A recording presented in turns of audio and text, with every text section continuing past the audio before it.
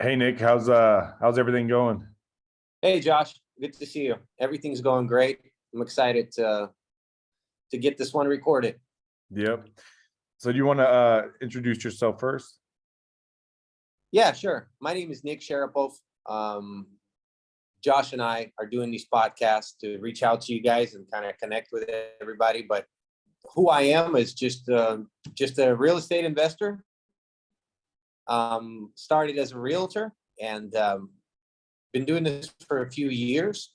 Um, and just really looking forward to connecting with everybody here. Make sure you like, comment, subscribe, do all that fun stuff, Yep. and I guess we'll just open up a few topics and let you guys kind of get to know us as we get into it. But the long and short of it is, I'm just a realtor who started in the industry as just an agent, and then was always interested in kind of learning more about investing and was aspiring to do that someday. And Josh and I are finally getting to do that a little bit.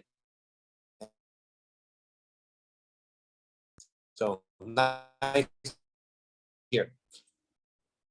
Awesome, awesome. You're kind of freezing up a little bit. Oh, okay.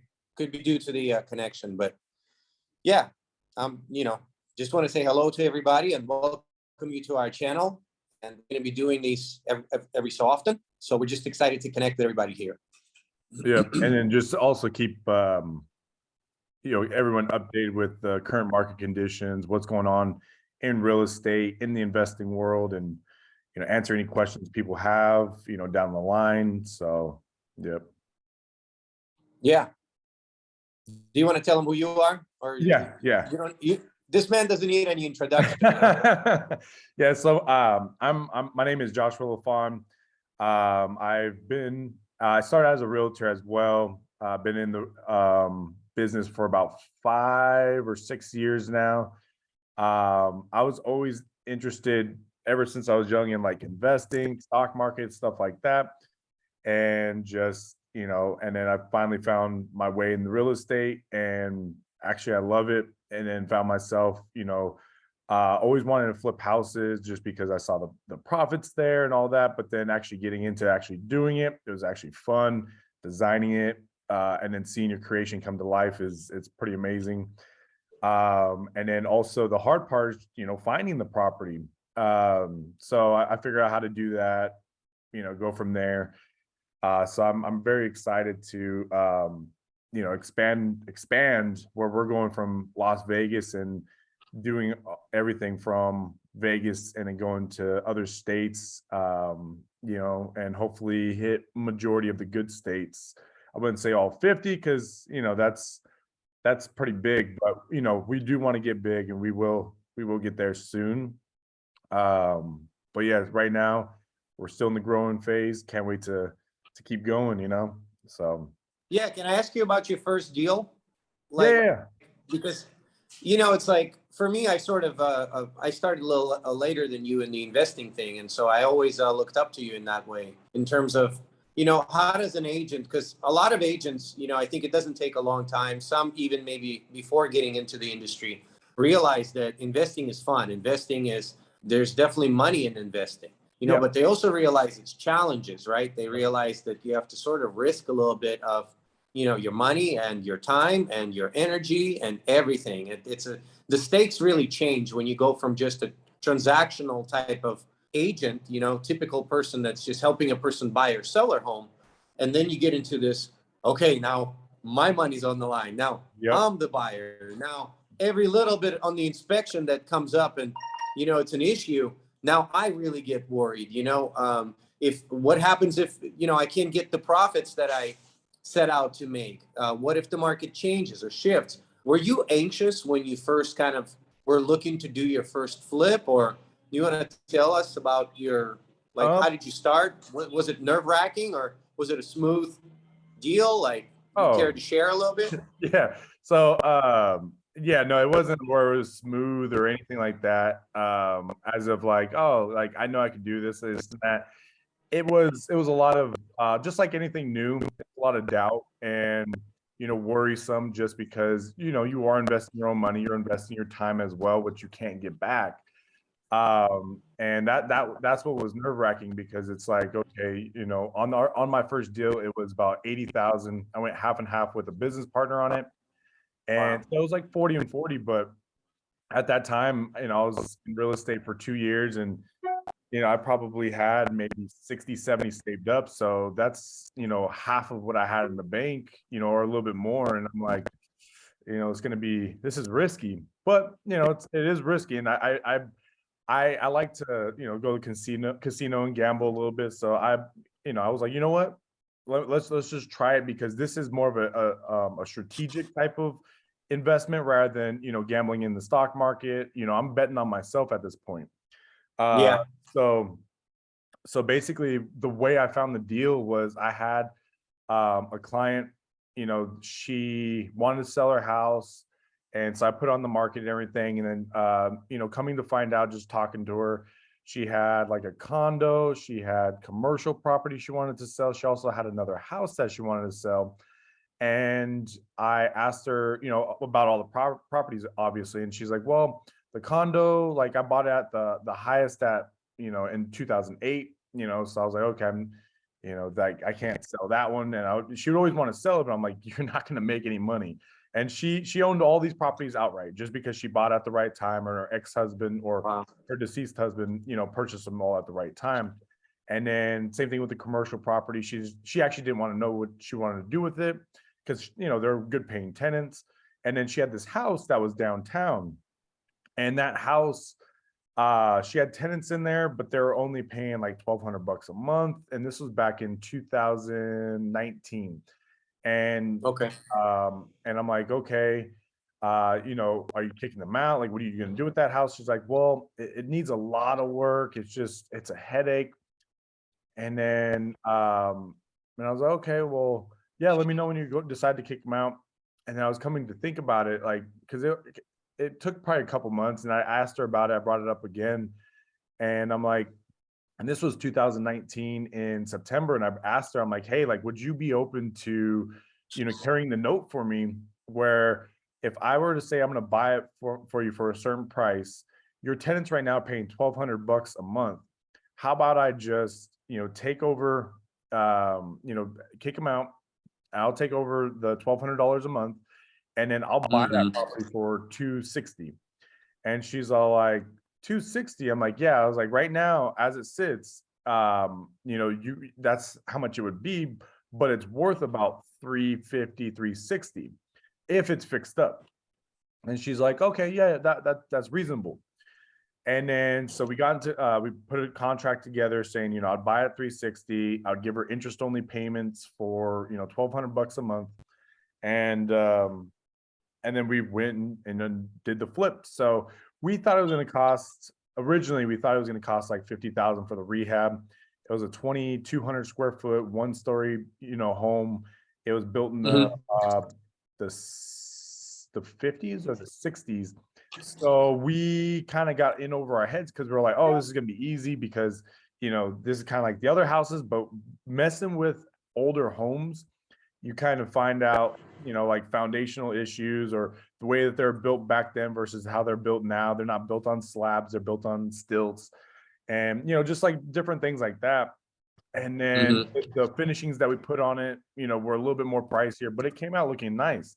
So we eventually spent, I think it was like 80 or 85,000 on the rehab, which is still not bad. Uh, Wow. but then at the end, when we went to go sell it, and then we were selling it at 2020, we put on the market in June. So so the way I wrote the contract with the lady was like 260, and I put it on the market. She was still technically owner of the property, but Yeah. we had that note and everything that, you know, she was carrying it to me. And this is one of the challenges was, I went to her and was like, hey, look, can you sign this listing agreement? That way I can put it up, and, you know, you'll get your whole 260, because she owned it outright.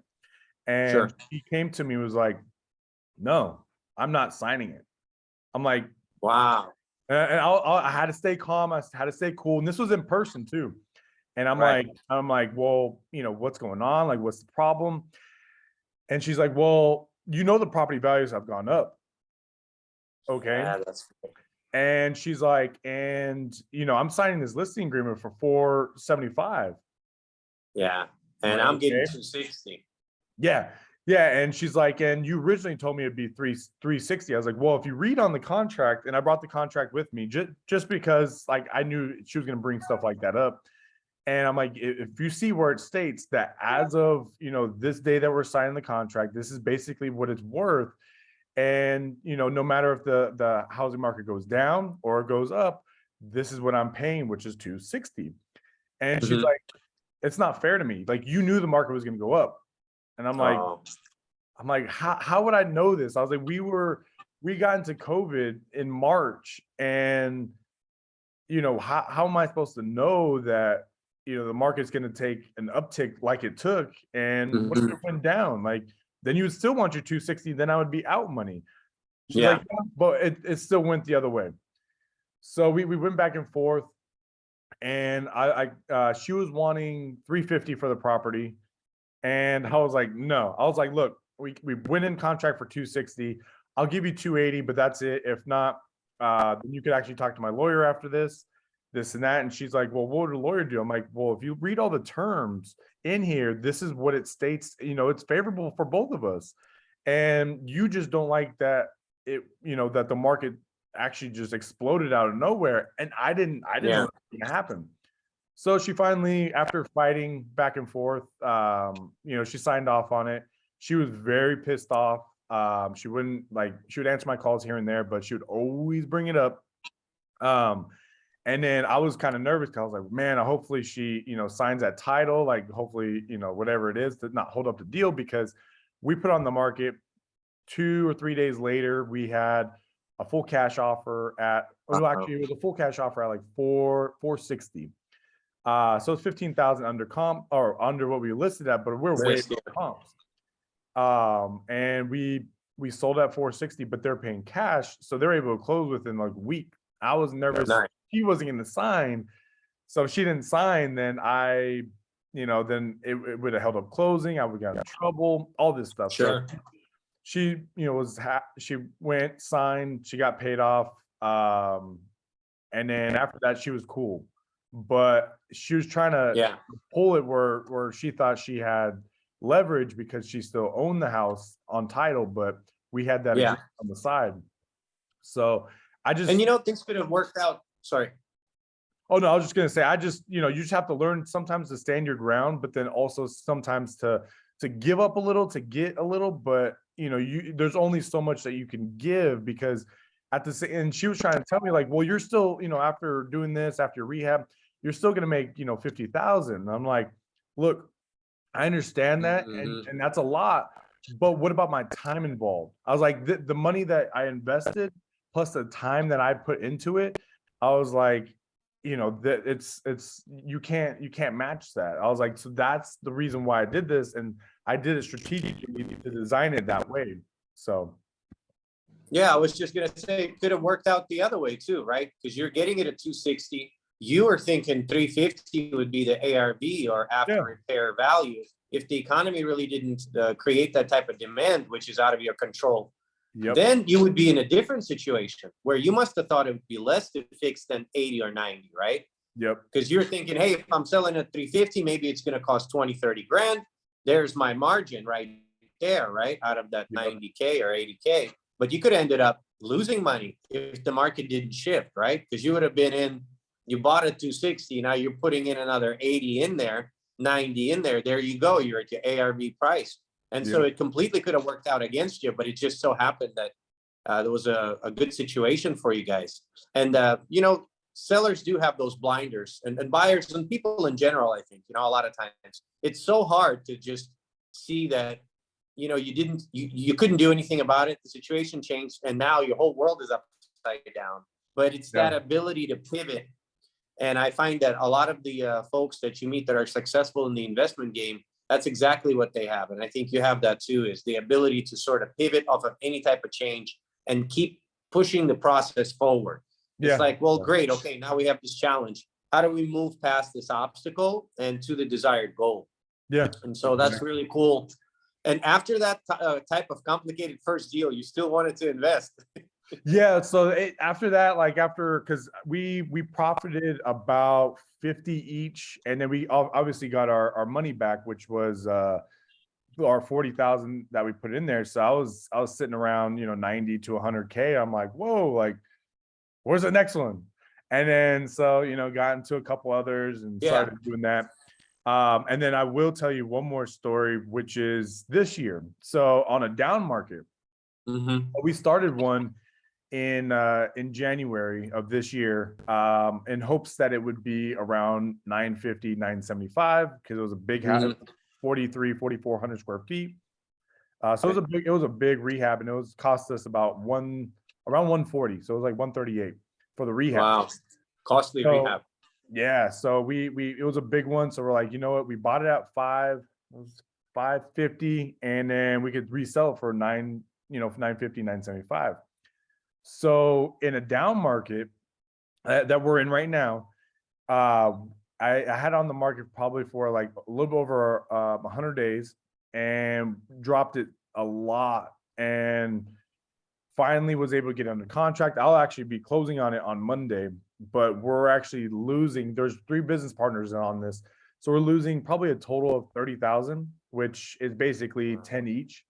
So it's not too bad, but one of the investors, he did want to, like, hey, let's rent it out, and let's just Let it ride, huh? yeah, let it ride, and calm before the storm. I'm like, we do not want to do that, because if we don't know where the down is going to be, like how far down we're going to go, and then Right. we hit hit the down, we don't know when it's going to come back up where we need it to be to then profit. And then on top of it, tenants tend to mess up properties, wear and tear, whatever it is, or it could be worse than that. But Yeah. then we had to put more money into the property. So I was like, you know what, long term isn't going to work on this one.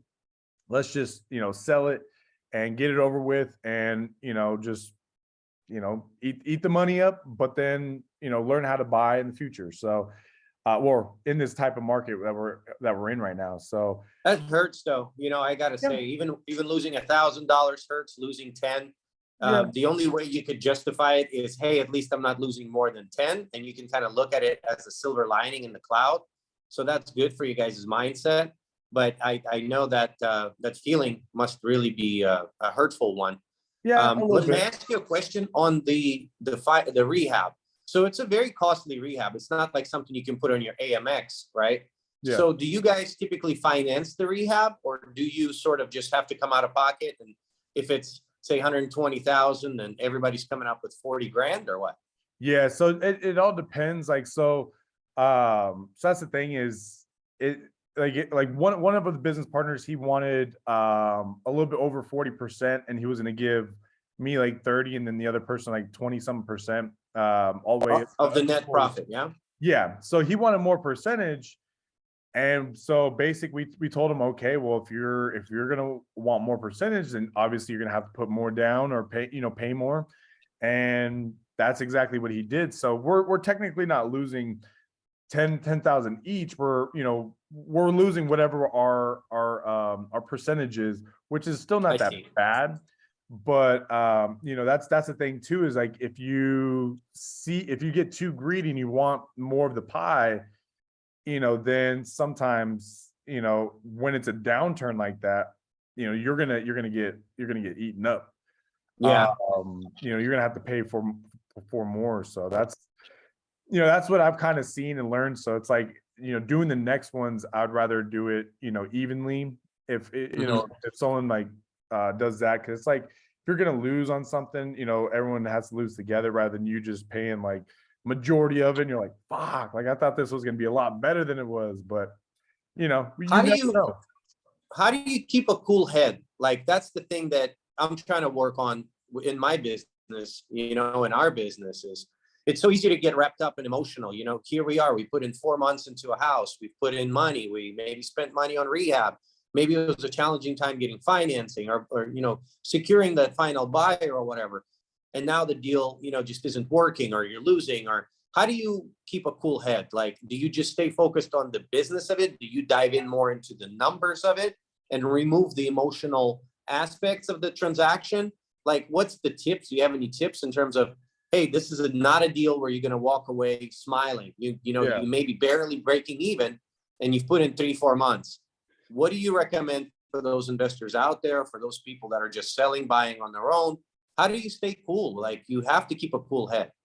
Yeah, what I do is basically business is business. So there should be no emotion involved in business. So if you're winning, you're gonna be happy. If you're losing, you should be happy too, because if you went into this business at a decent time and you've made, some money doing it, in anything in this world, you're gonna win, you're gonna lose. And Mm-hmm. sometimes you have to suck it up and take the loss, but move on and try to find how you can make more money, either in another house or some other way. So you can't really just get wrapped up in that, because if you get wrapped up in it, you're gonna scare yourself for the next deal. Of You're course.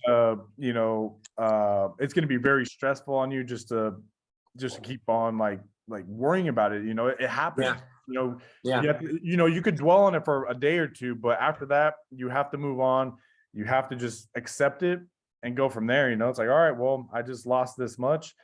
What I do tell myself too is like, since I have to pay taxes, is okay, this year I made, X amount, and I'm losing, X amount. At least now the loss, I get to actually hedge against what I've gained, and then I don't have to pay much in taxes because, the loss and what I've gained. So it's Yeah.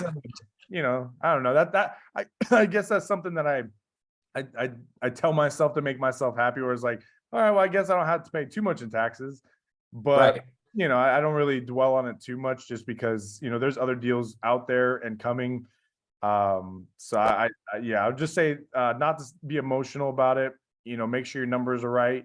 And then, they're not going to be always 100% right, because it could go up or it could go Mhm. down. So that's why I wanted to point out with both of those deals was, there, you could have a one that you could crush and hit a home run, but Sure. then you're going to have, sometimes where you're going to get struck out, and then you're like, dang, but you have to keep going to the plate and keep swinging.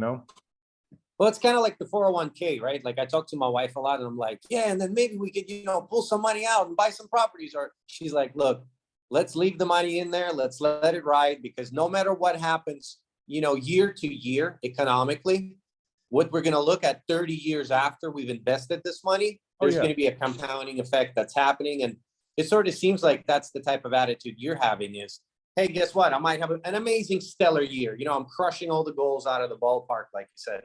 And then I might have a very challenging year where maybe there's one loss, two losses, challenging, contract negotiations, people threatening to sue. Like, our business is filled with those underwater yeah. currents that we Oh, have to yeah. learn to navigate and kind of keep a cool head.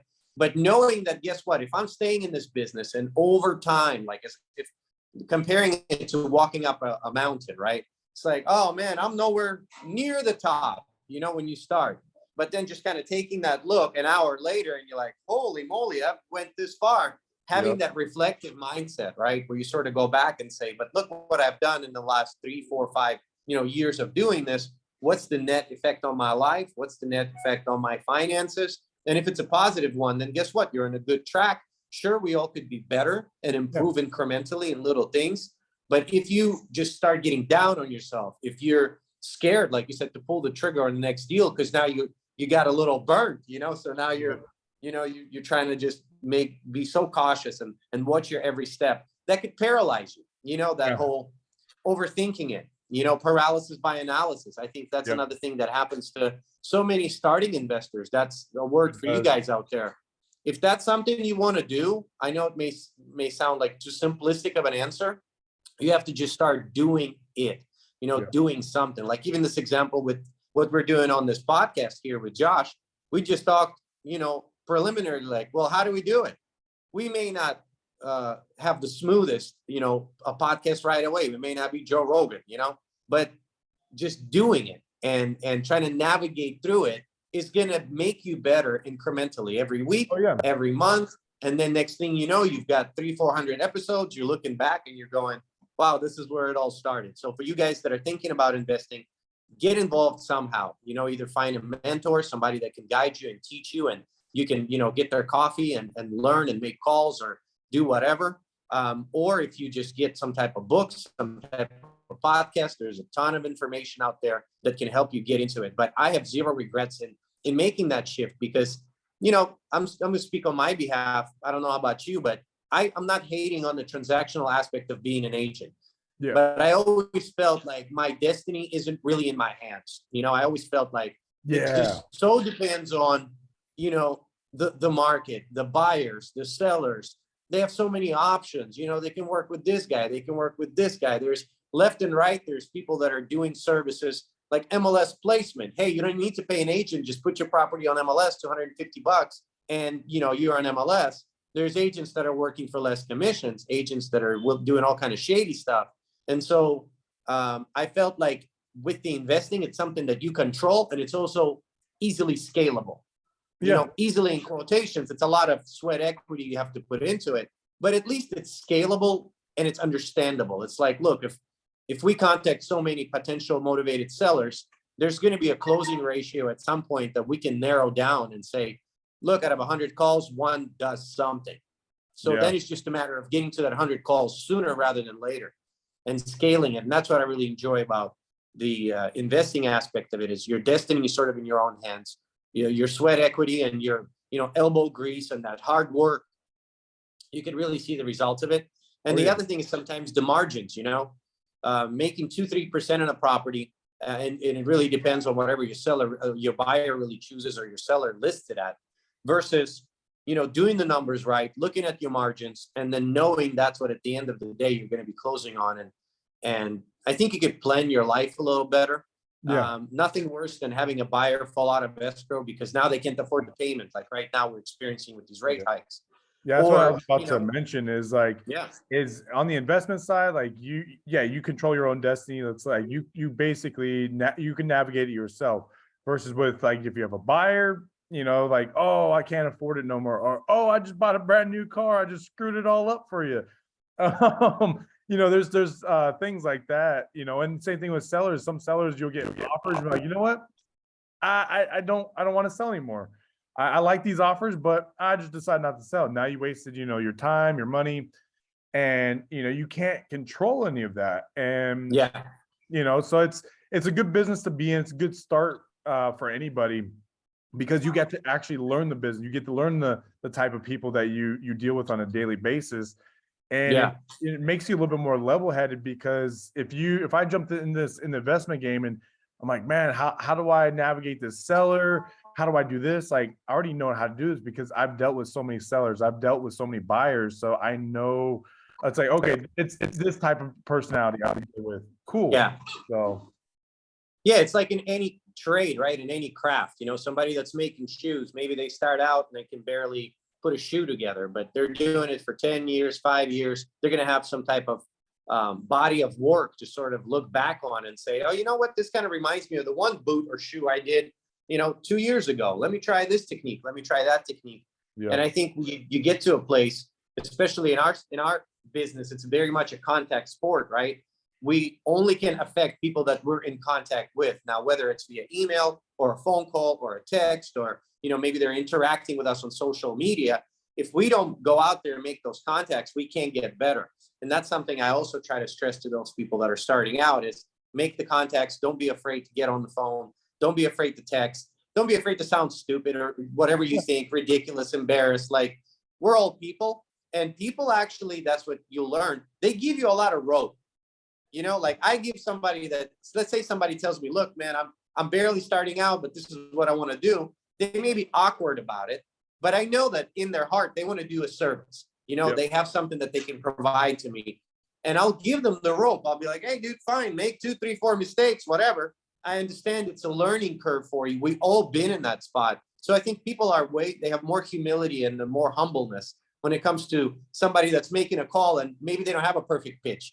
Maybe they're not even good at closing, okay, people will give them that room and give them that room for improvement, because everybody wants to see And that. what I've Yeah. realized too is like the people that like if you're barely doing it or whatever it is, or barely starting out in cold calling, whatever, and what happens is you're right that the people on the other side of the phone, they will listen to you because you sound real. It's like when I get Yeah. a phone call from like a telemarketer and they sound like a robot or reading from a script. I'm like, click or put me on do not call list. Like, come on. Yeah. And versus like being real, being authentic, it goes a long way. And if you stumble a little bit, just pick yourself back up, keep going, because they will sense the realness and they will tend to listen to you more.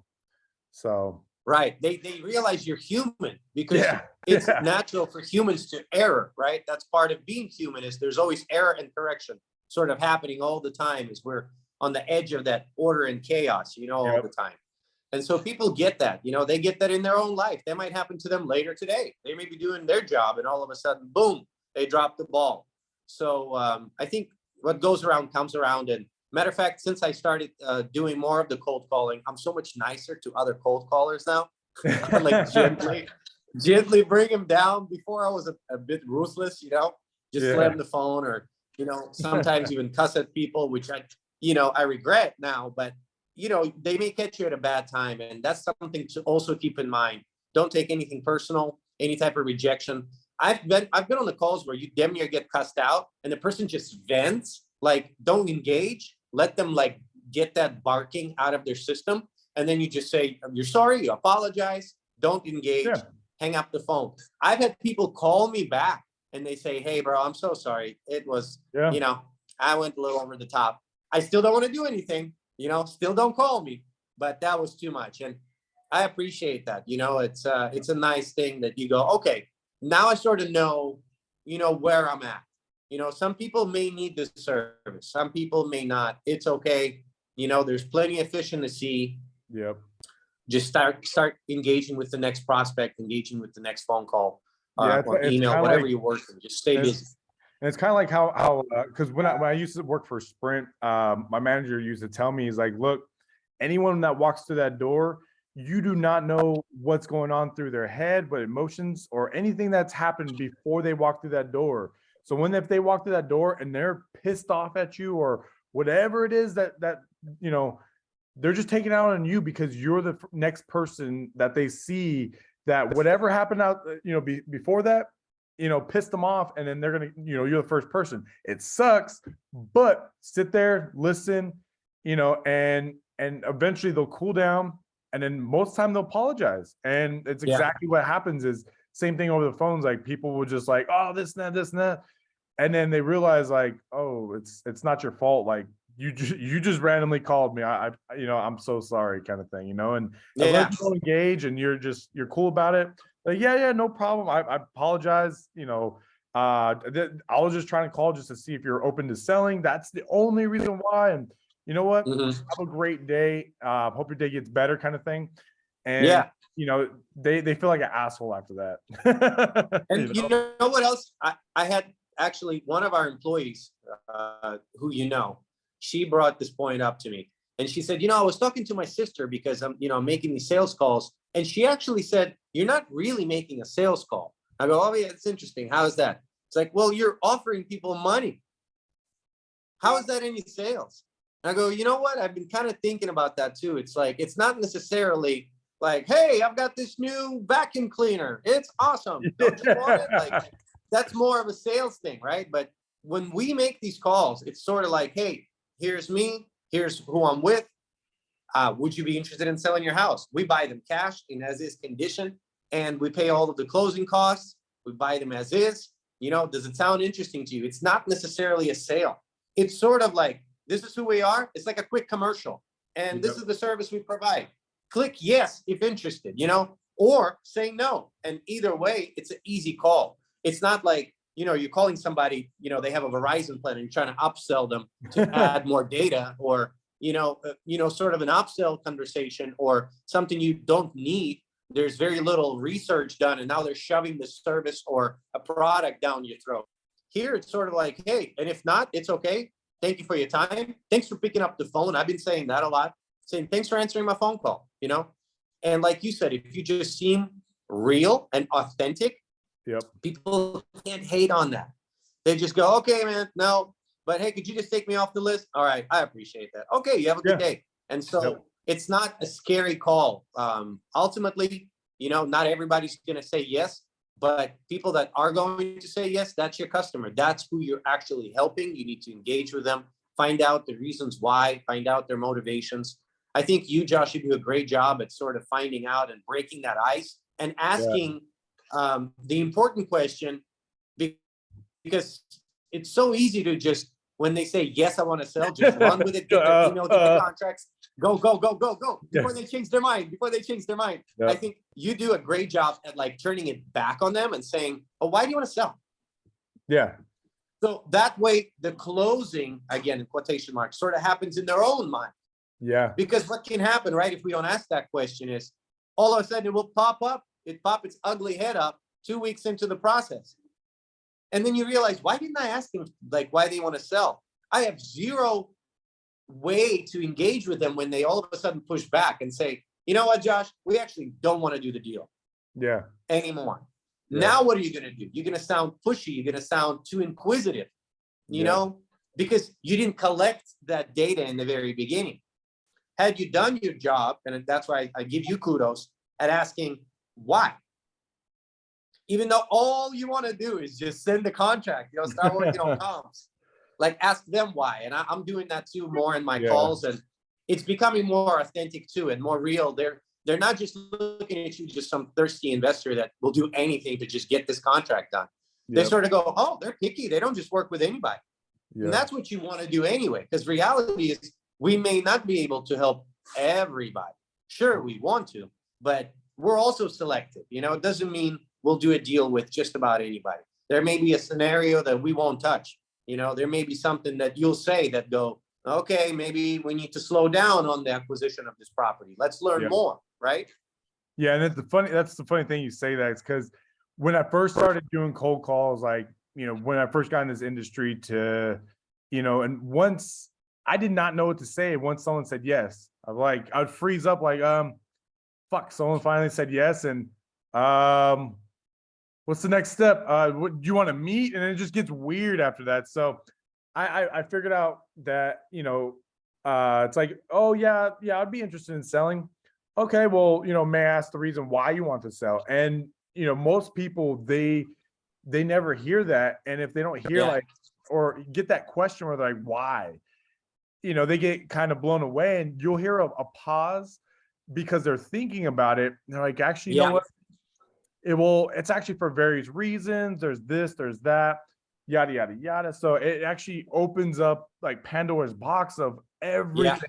And I'll sit there with a paper and a pen, and that's how I take my notes, because I can't type and talk. I could talk and write.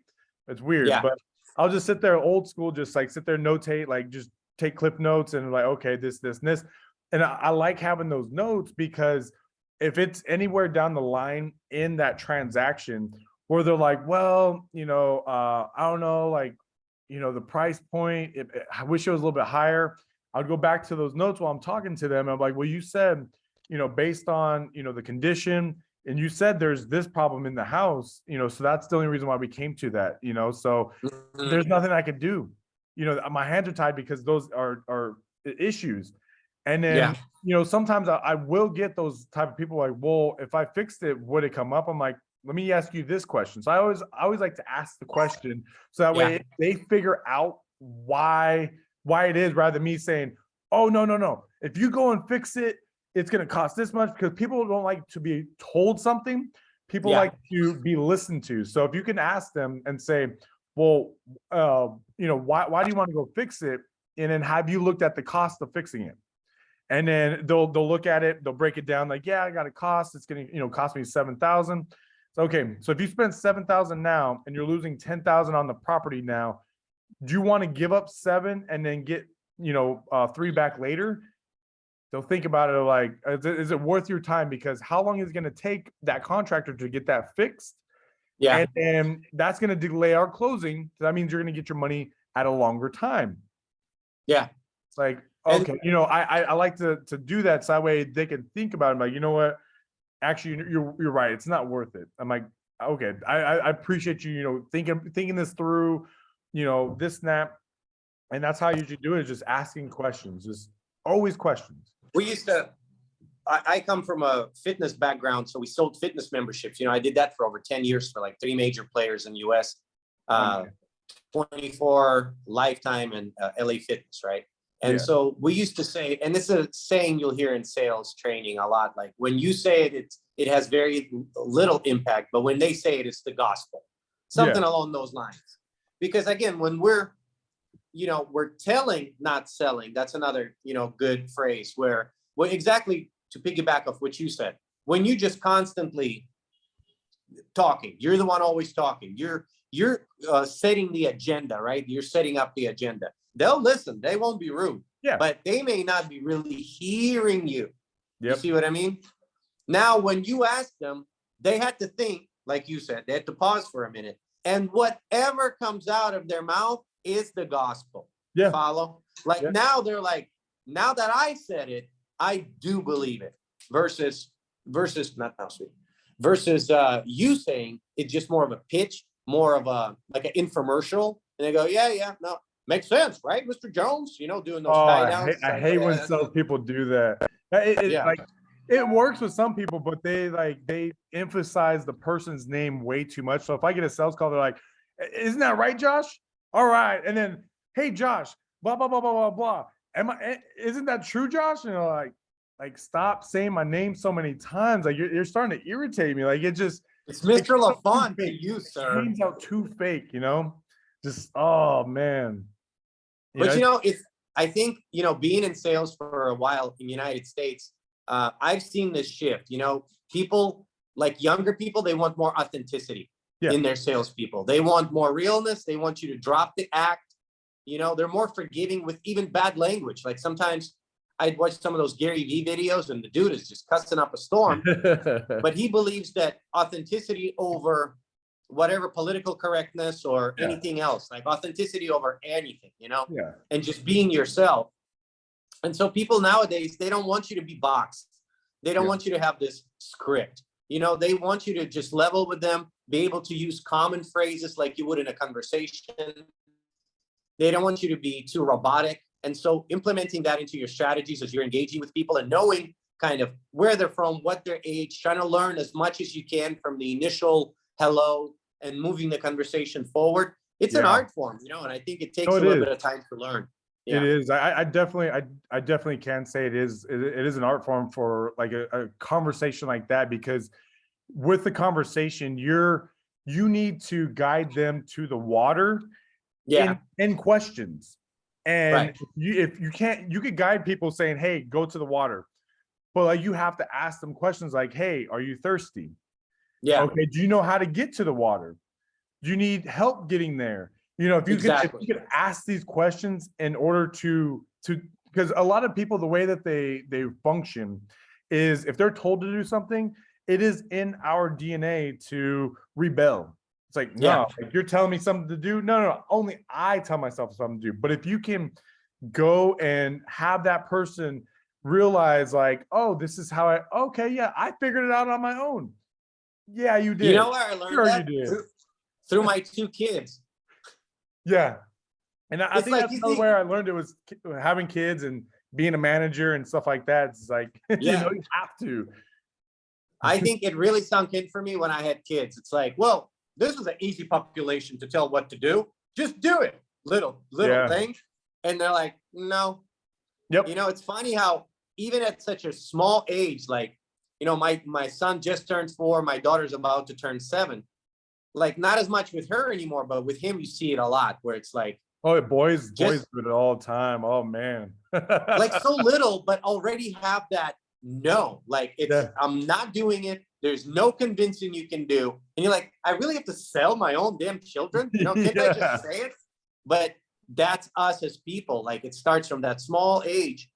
And adults, a lot of times, I think, are just more well-behaved, better communicating, using smarter word children, like still in their core, they're that kid that you can't just tell, do it because I said so. Oh no. Like you said, that initial response is rebel, disagreement. I will not do it, or I will not do it that way. I'll bicker, even if you make me. Like, see how well that works. Try to force your wife to do something. Try to force your Yeah. kids to do something. It's the same with our clients and with people we're engaging with. And I like the analogy you used with leading the horse to the water and breaking it down, not having any assumptions, right? You can't Yeah. assume that they know. No, You no, have to no. ask, do you know how to quench your thirst? You know, Yeah.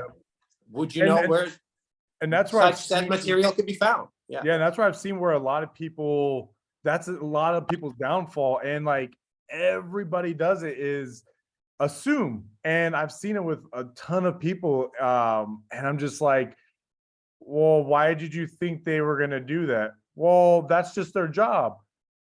Yes, like my wife does it sometimes, like, I don't know, we'll go somewhere and then she's like, we'll expect it because of that. But I'm like, you have to kind of ask them to do their job to be able to get that result back. But she's like, but we're here for a reason, whatever it is. And They and should just intuitively know. Right. yeah. I feel you.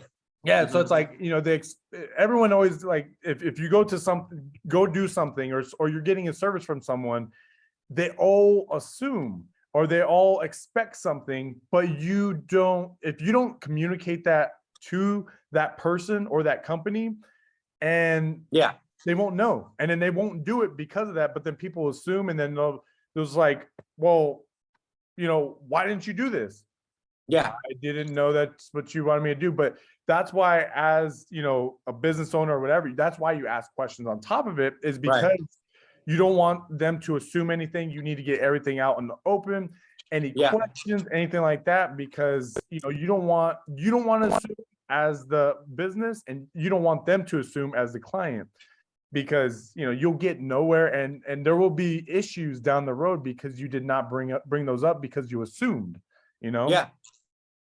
It's like that in everything. You could assume, you can make an assumption that maybe you're dating somebody and you can assume they have the best of intentions. Of course they want to marry me. Yeah. Maybe they don't. Maybe they just want to have fun. And because you didn't have that expectations conversation laid out, like, hey, what, no big deal, but what's your expectation? Yeah. Maybe it would have served you better. And if they said, Very well, true. I just want to play around, I'm a player, I don't want to get married. There you go. There's your answer. At least Yeah. know kind of what you're dealing with. On the other side, maybe you're the one that wants to have fun and they have very serious intentions. Maybe it helps clearing that air, and It there's does. no bitterness, there's no negativity, there's none of that toxicity that Yep. comes from, oh man, how could she or he do this to me? Well, they knew, they should have just intuitively guessed from what I've been putting out there. Can't do that. Can't leave anything Yeah. in the gray area like that, especially in our business.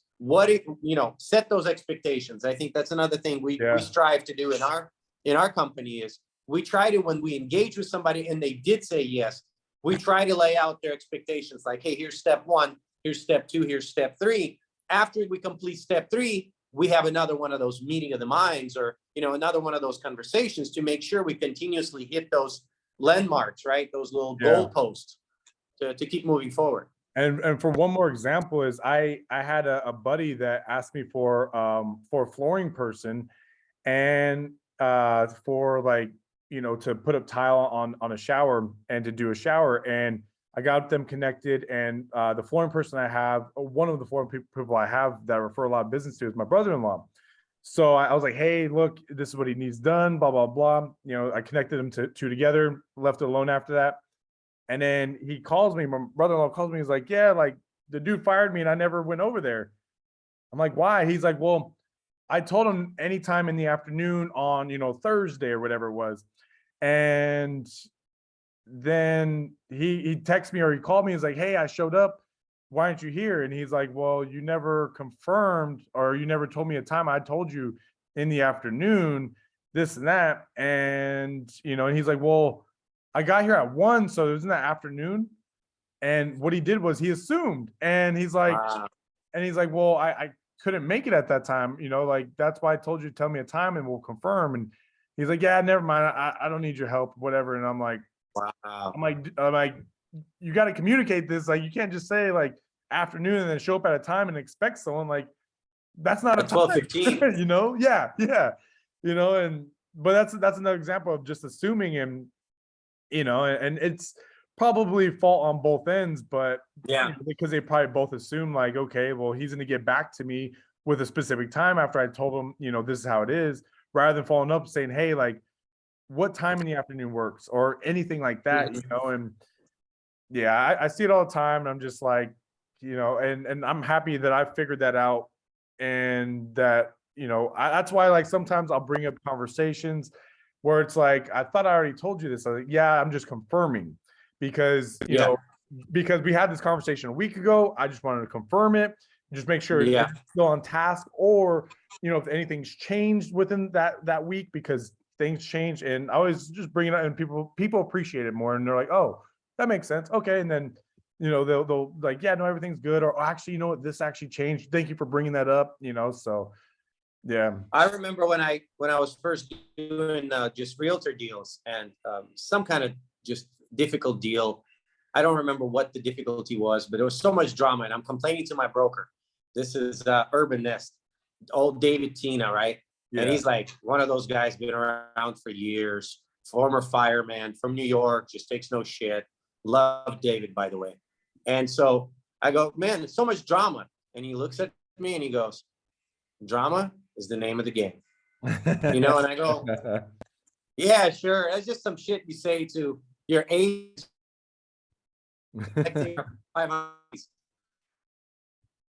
It is, yeah, like that is actually like about real estate. There's never like you get hook, let's say, to it. It's the same way that all the other deals happen. Yep. You're just, you're doing the deal. You always, it's like an organism. It's like a person. It's like a living thing. It has its own way of concluding itself. And something always goes wrong. Like if you think you're going to get into it, and it's just going to be like, hi, let's do the deal. Great. And then 20 days later, you're in escrow, shaking hands and taking photos. That's what the agents want you to think. But in reality, to get to that place where they hold the little plaque like, hey, here's your keys to your house. There was so much drama to get to it. Oh, yeah. That brings me to another point, it's, if you guys think you can do everything on your own, you can't. There's just not enough time in the world to learn everything. I'd like to do everything myself too, but if I can learn it quick on YouTube in a half an hour, I'll give it a shot. But guess what? If I need to take courses, get certified, have all type of insurance for my practice, perhaps this is a field where you need to invest a little bit more time, get your certifications, and really know what you're doing. So it's always try to work with professionals. There's a lot of people out there claiming a lot of things, but you always want to do your research. You always want to look up feedback from other clients. That's something we try to do very well on our website. If you check us out, surethinginvestments.com, you'll see we've had testimonials. We have a little bit of page about us. We explain exactly how we engage with you, what you can expect. Like we said, what are the expectations? What are the steps? We try to make it very interactive so that you're dealing with professionals. And it's, we're not hiding behind something. We're not hiding behind some fake aliases. You can look us up. You can ask people about us. We have a reputation in the community. So that's the type of people you want to be engaging with. You don't want to just work with someone who you feel is shady or you feel doesn't have your best interest at heart. Yeah, exactly. And then one more thing when it comes to the drama is the thing I like to tell everyone, and I tell even clients this is like, look, there might be some stuff that happens along the way. If it doesn't, awesome, but you got to understand that we're involving your life, you're involving my life, and you're involving the seller or the buyer's life in this. Wow. You're involving 3 lives that have 3 different types of schedules, and then you're commingling them all together in the transaction for the next 30 days. So it will be stressful. Now, if it's not, you got lucky, but just expect it. And I always tell everybody that, and I'm like, just expect the stress. And what it does is once they expect it, once it comes, it's like, hey, remember when I told you, it will be stressful? Yeah, this is it. And it's like, oh, well, it's not too bad. Good. Right. But if I didn't tell them that and set them up, it could be, and it probably will be worse because I'm setting them up for success and letting them know like it's going to be stressful. Right. And it usually is. And, sometimes it's not, where they're like, wow, that was really smooth. And I'm sitting there scratching my head too. I'm like, how was that smooth? Like, this went too smooth. Is there something going to happen? And then sometimes it doesn't. Sometimes, it's like things happen at the end or whatever it is. But yeah, that's what I always say. It's just you're involving other lives, and I just love that. I yeah, love that way of putting it in perspective. Not to mention the lives of your inspector who has to come to inspect the property, has yep, to be on time. Not to mention your appraiser who could come in a shitty mood, okay, and under appraise it. If he doesn't like you. So as a captain of the ship, that's the other thing as agents. If you have a good agent, they should be able to always stay cool, calm, and collected, and commandeer the transaction into yeah, those calm, waters where you can calm down very and true. see it through to the end. Because if you don't lay it out, any difficulty, and you and I know it could be any little thing that now is a problem, they'll look at you like you're dropping the ball. You're not doing what you promised us. Yeah, So having those expectations conversation and staying calm and commandeering it to the yeah. right, destination is Yeah, really key. plus two, setting expectations. It also shows, builds trust, and it shows your expertise in that area. Just because they can trust you because you know what you're talking about. You've done this. Yeah. It's not your first rodeo, and you built credibility, and because of the expectations you're giving them, because they're like, oh, he knows what he's doing. He's done this before, and he's seen the bad, he's seen the good, and I want him to be my guy to, like you said, be the captain of the ship and Yeah. navigate Yeah, it. and it doesn't happen Yeah. without trust, And so your Yeah. biggest obstacle, I think, in whether you're doing agent stuff or you're doing investor stuff, is breaking through that wall of mistrust or distrust, Yep. And it's not an easy task because there's a lot of savvy crooks out there Oh yeah. that look and feel like the real thing, Yeah. maybe even better. That's why Yeah. people bite on their crap, But Very you true. have to do your due diligence, and you have to make sure you work with professional people and you look them up and you do the research. So, you and I outlined to kind of pivot a little bit here. I was just about to segue. pivot too. Yeah. What's funny is I told you I don't know what we're going to talk about, and it's been an hour of us just talking. So that's a good thing. I really like Oh that. yeah. And I've had some subjects that we've outlined, but I think we'd be better served by coming back to them maybe on a next podcast. Yeah. Because we want to Because we talk could about. touch on, I would say we could touch on interest rates, what and Yeah. the hikes, what it means. Yeah. And then other than that, yeah, we could probably get back to it on a different one. But I think interest rates should be a thing of topic probably every week. Yeah. We Yeah, touch that's on a it really hot topic. quick. So yeah, I think So that would be a big one. yeah, so like the questions I sent you was interest rate hikes and what that means, price reductions, increases in inventory, cooling of the market. Those are some of the things that are on top of everybody's mind. Everybody's seeing it. No one's saying the R word yet, but I think we're definitely headed there. Everything I was able to dug up today online in preparation for this podcast, stagflation's coming up a lot. That's a no bueno situation. If you guys don't know what stagflation is, I had to look up the I was just about to definition. ask. I'm like, I've never heard of that term before. Yeah, it's an economic cycle characterized by slow growth, high unemployment rate, and high inflation. Now, I'm not smart enough yet to figure out how, even though we don't have a high unemployment rate, how we might be still in stagflation, Yeah. because those two factors are happening. It looks like it's a slow down in growth and high inflation. Yeah, But well, I I'm not don't- sure if you've Yeah. heard, but there's been some like some big companies like Nike, Meta, Peloton. or if you want to call it Facebook, or yeah, it's AKA Facebook. Just these big companies they announced yesterday or this week that they're slowing down on hiring, or they're Okay. freezing hiring, and then they're cutting down on a lot of their departments. So everyone is starting to get ready. So usually when the big companies do it, it trickles down all the way to the small companies. Now, Yeah. that's not saying, some other companies, they will strive. Like I believe mental health will strive, because in a bad market, you're going to have people stressed out, whatever. That's going to be a good business Industry, yeah. in this good industry in the next couple of years, or within the next couple of years. And then, Okay. but other things like, fashion, some tech, you know, people are going to go out and buy cell phones during this time, and they're not Yeah. going to go out shopping and stuff like that because they need to afford food, you know, Yeah. and afford rent because it's just not slowing down. And then that's, you know, that's basically what's going on. So that is happening right now, but we won't see it probably for another 6 months where we actually get the feeling of like, wow, the unemployment's going up, but we just don't see it or feel it just yet, but it's heading in that Yeah. direction. I think you're right. People that are still working, you know, maybe not unemployed, they're also seeing a decrease in what they can purchase with their same salary, because Yeah, the salaries can't keep up with. I mean, our inflation is, I know their goal is to be 2%, but are we like at 8% inflation or something? still, yeah, we're still around there. Yeah. And they So, want to get it down to 2%. So that's why the rate hikes keep going up.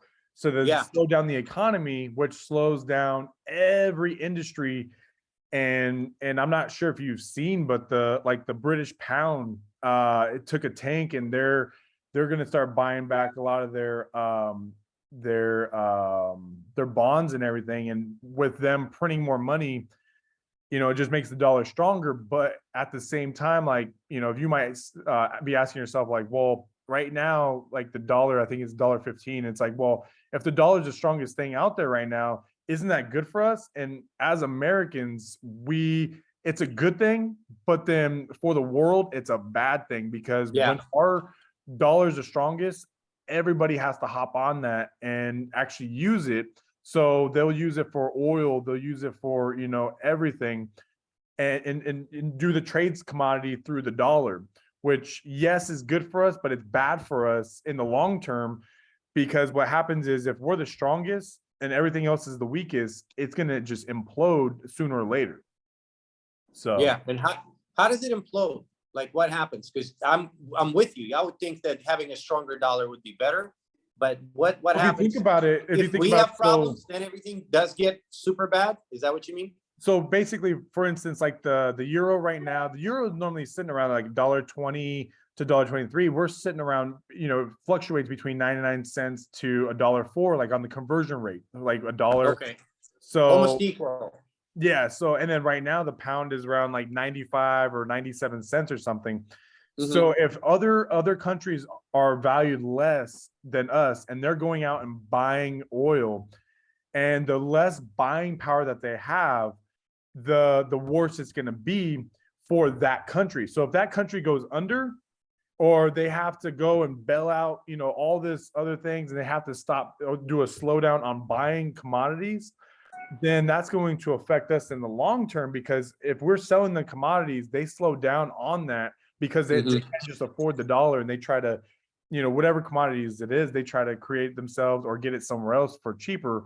Then that's going to devaluate us and bring us down along with them. So, you know, we need to bring it back down along with inflation in order to basically be able to sell things. So it's like kind of like housing right now. Like housing is, you know, way overpriced because interest rates are so damn high. So people are like, I'm going to slow down. And if you think basically the sellers right now with that dollar so high, and then the buyer is out there like, well, I can't afford it now because interest rates went up again. So I don't need to buy it right now. And then Yeah. that's to bring the value of this down because the demand goes down. So Right. that's And the demand basically goes what it down, your happens. prices have to be adjusted. Yep, yep. So that's just basically what's going to happen, you know, in the next, you know, 3 to 6 months is you will see the dollar start to devaluate along with everything else. But usually the last time this happened when the dollar was this strong, it was around 2006, 2007, 2008, when this happened, and we had inflation, we had the interest rates high. So it's all, I'm not saying it's going to crash like that, but Hmm. it will be a huge slowdown and will be, you know, a couple years recession. So Yeah. that's basically what I'm seeing in the market. You know, when I see these interest rates go up to where they weren't for a long time, I keep thinking about folks like my wife's parents when they bought their house in Yep. Summerlin years ago, and they got it at I think 8% or something like that, and they thought they had a good deal. Yeah. So What there's was the times purchase when price? rates are high and it's business as usual. So do you think is it also a mental adjustment? Like, it's starting to feel to me like people need to just accept it, because maybe there's people there on the fence that are like, no, everything's going to go back to what it was a year Yeah. ago, but I don't think it's really going to happen. So do they need to just accept and go, hey, interest rates are here, prices are here, I got to work with what I have, especially for us investors. Like, we can't stop, we can't reverse the clock and make everything a year ago, Yeah. when things were selling, no problem. You could get stuff under contract and figure it out as you're holding it for a month. Your net keeps going up. I mean, those were the great times. But now, is it just a mental adjustment, you think? I think what we're gonna see is it's gonna happen. Our prices will probably go back to around 2017, 2019 prices, because like back then, yeah, 8%, some people got it 10%, whatever it was, but the houses, they were 100, 140. So it was very reasonable. You might have a mortgage of $1,800, I see what you mean. and with the 8 or 10%, it's like, okay, that's affordable. Right now, if you buy a $300,000 house, your mortgage is around like $2,600-$2,700, Wow. and you're just like, that's your condo basically. So like, imagine buying your condo right now and paying $2,700 a month, Yeah. not including your Yeah. HOA. I know. Well, yeah. That's And these ridiculous. buyers that we have, they've been shopping for 2 years, because Oh yeah, they've been pushed out by the California or people that are coming in with loads of cash, and they can just dictate the offer, so to speak, right? They can close fast, they can overpay above list, no problem, no contingencies. And so these people been trying to buy for 2 years. Now, okay, the market's starting to cool down. People want to talk to them. Sellers now want to talk to them, but they're looking at a payment, like you said, for a condo. I'm paying almost $3,000 when 2 years ago I could have gotten a nice house for that. Yeah. And I think what it is it's all going to come down to affordability. So, Yeah. Once we're going to see the bottom of real estate at the affordability price. So if someone, could afford a, $1,500 or $2,000 payment, like the average consumer. So once we start seeing the average consumer's income get into play, like, if it's $2,000 a month and that's, 40% of their take home, then that's when we'll start to see the bottom of real estate, where that's where it will be. But it all depends on where the interest rates are at. So if the interest rates are right now like 6.7 or 7% and they stay the same, we'll have to, like, that $300,000 will have to come down to around 250 to 230 in order to adjust to that $2,000. Now, I get you. It's like a reverse engineering it from the affordability upwards, right? Exactly. I like that. But now, if you think about it, if the interest rates do keep going up, that means the prices will have to keep going down to adjust for that affordability. So that's going to be key of where the bottom is going to be, and that's how you determine the bottom is right there. But you can't determine it. What do you think? What do you think new builders are going to have to do? Because it feels like those are the guys that are getting caught with their pants down the most. No, I mean, they come in thinking, here we go, it's going to be a buying frenzy. We're going to be drawing up our prices. Like, I remember calling for some of my buyers a year and a half ago, and they wanted a new build. And it was like, no, it was 6 months out. You better put money down and still have to compete. Like, it was a crazy, like, when I described it to these people moving from Texas, what they'll have to do, they're like, no, we'll just buy a resale and it's okay. And they were completely turned off. Oh, go ahead. No, I guess the question is, do you think they're going to be having to do some kind of kickbacks and rate buy downs and sweetening up the deals with throwing up upgrades? Like, what can our consumers expect in the new build cycle, new build sector? I would say it's probably the same thing as like an investor deals. Like, you can ask for buy down, like closing costs. You could ask for, all the repairs done or all the upgrades, to be credited. But at the end of the day, it all comes down to, can you afford it? And then, can you afford it today versus in the next 6 months, it's going to be complete. Are you going to be able to lock your rate with the lender, or you're not? Because that's a huge thing. Some lenders will lock within 6 months, some will do a 9 month. But if you have your traditional lender, they could only lock it for I think it's 90 days max. And then they have to go out of that lock and relock it. But with builders, they can, like builder lenders, they could do it, you know, some of them could do it 4, 6, 9 months. And I've also I seen where they see. do it 12 months. But if you like for instance, I was gonna get a new build and they were like, yeah, we could lock it for 12 months. Okay, but you guys told me it was going to take 14, 15 months to build the house. So I would have to lock Oh, it in wow. 3 months. And they're like, yeah. I'm like, but then it's not guaranteed that's going to get finished within that month. And then I'm going to have to relock it again sometime once it's finished. And, you know, I don't know where rates are going to be at. And that's the problem right now that they're having is either people didn't lock or people locked and they're now getting priced out because either the build took too long or whatever it was. And then, you know, they get out of it. But a lot of the builders right now, the way that they had their contract set up or their contract set up right now is they're more in favor of getting the EMD released to them, which sucks for a lot of the buyers. And, Mhm. you know, it just sucks. And you just have to move on. But that's where they're kind of recuperating a little bit of their money. Oh, they're collecting EMDs? Yeah. Wow. Yeah. So, yeah, I mean, I didn't think there's going to be a challenge in terms of waiting still for 14, 15 months. I thought with this kind of situation in the housing market, they're sitting on inventory now. Well, no, yeah, now they're sitting on inventory. I was gonna get a Toll Brothers, so that's why it was taking so long. Oh, Uh, okay. but like with your DR Hortons and all that, those normally take like 4 to 6 months, unless they have any, you know, quick move-ins. But yeah, it's their inventory is sitting, it's dropping. They're asking for they're giving closing costs. They're Yeah. throwing everything at everyone, and it's just people keep getting priced out. Like they'll like, oh, you know, I'll think about it. Come back next Mhm. day, it's like, oh, interest rates went up half a point. You know, you can't afford it anymore. It's like, Yeah. so Yeah. that's the So challenge. I like how you explained that if we land on here's the median affordability on house payment in America, right? Sort of. Yep. Let's say it's 2,000, like you said. For Now we're going to depending need on to the adjust market, like pricing Vegas because market, interest LA, rates are. stuff like that. Yeah. Yeah. No, it makes sense. And so, you know, our inventory is increasing, right? Yeah. All over the country. There's more homes available now. Yep.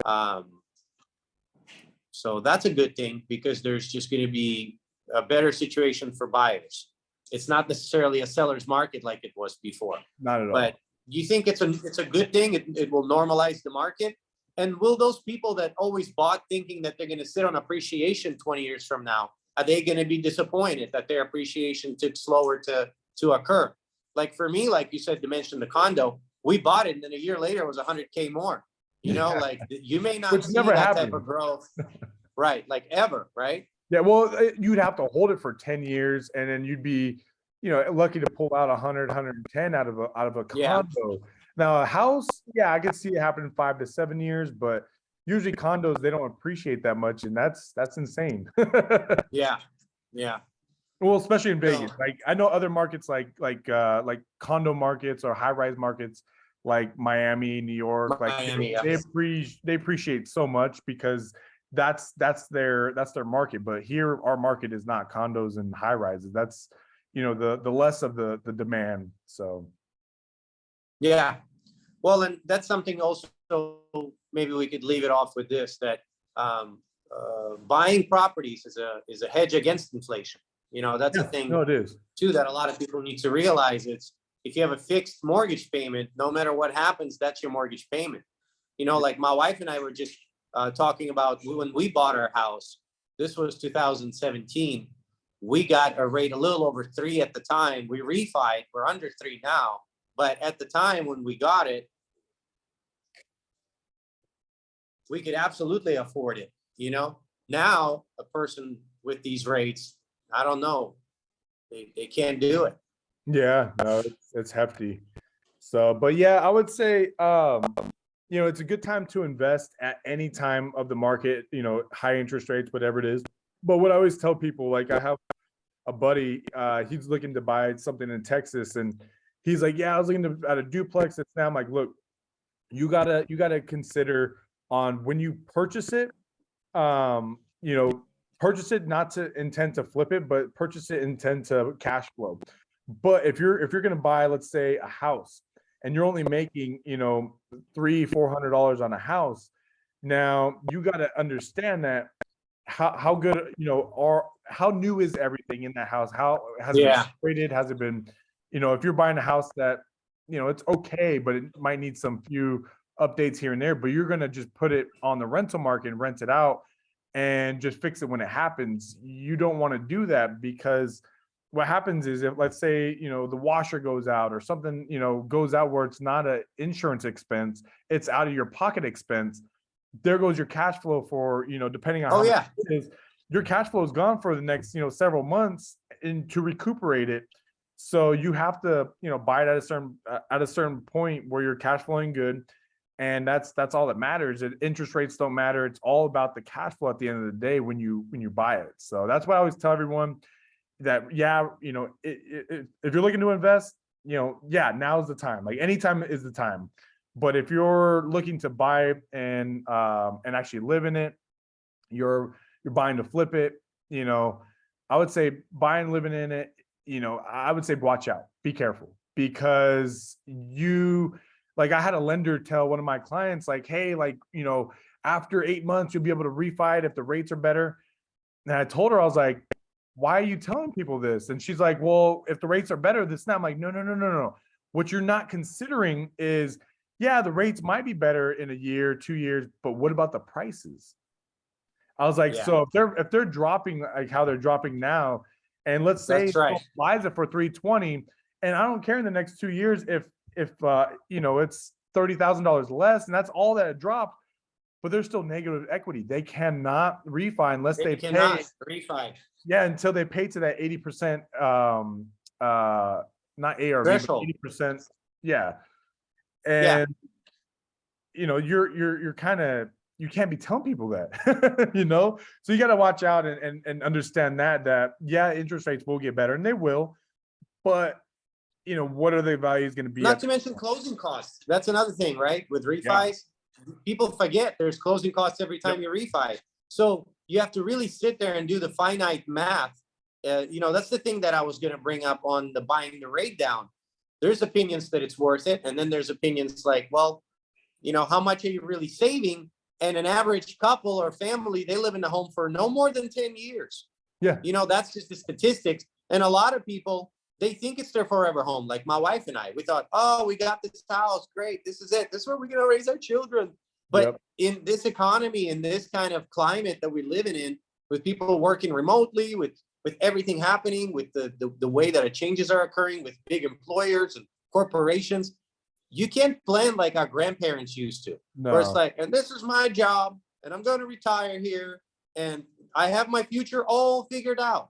Like, we have to pivot constantly. We may not be in this house. We may be in a different city, Yep. And now what? Now you bought the rate down. You lived in it for 3 years. You never even broke even.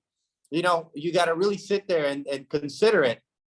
How long are you going to hold the property for? What are you saving every month?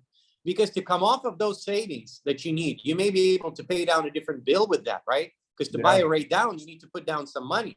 So let's say you paid 10 grand to buy your rate down, a percentage point. Well, that 10 grand could have went to a home improvement. It could have went to pay off some debt. It could have went to, I don't know, to replenish your savings account. It could have been 10 your grand's nest a egg lot. for a rainy day. It will change and affect your financial situation instantly versus, okay, so you're saving $100 a month now that you bought down the rate. Are you going to put away that $100 into a savings account? No, most people won't. Most people are just going to go and spend it. They'll find, a couple of movies to watch or a couple of vacations to take, and there you go. Money's gone. Yeah. And So- usually when it comes to buy downs, I usually tell people, I'm like, look, if you could recuperate that money that you paid in 3 years, do it. But if it's going to take you longer than 3 years, like longer than 5 years, don't do it. Because if you're saving $100 a month, but you pay 10 grand, that's 100 months that you're going to get that, that return on your investment back. That's, and you get 360 significant.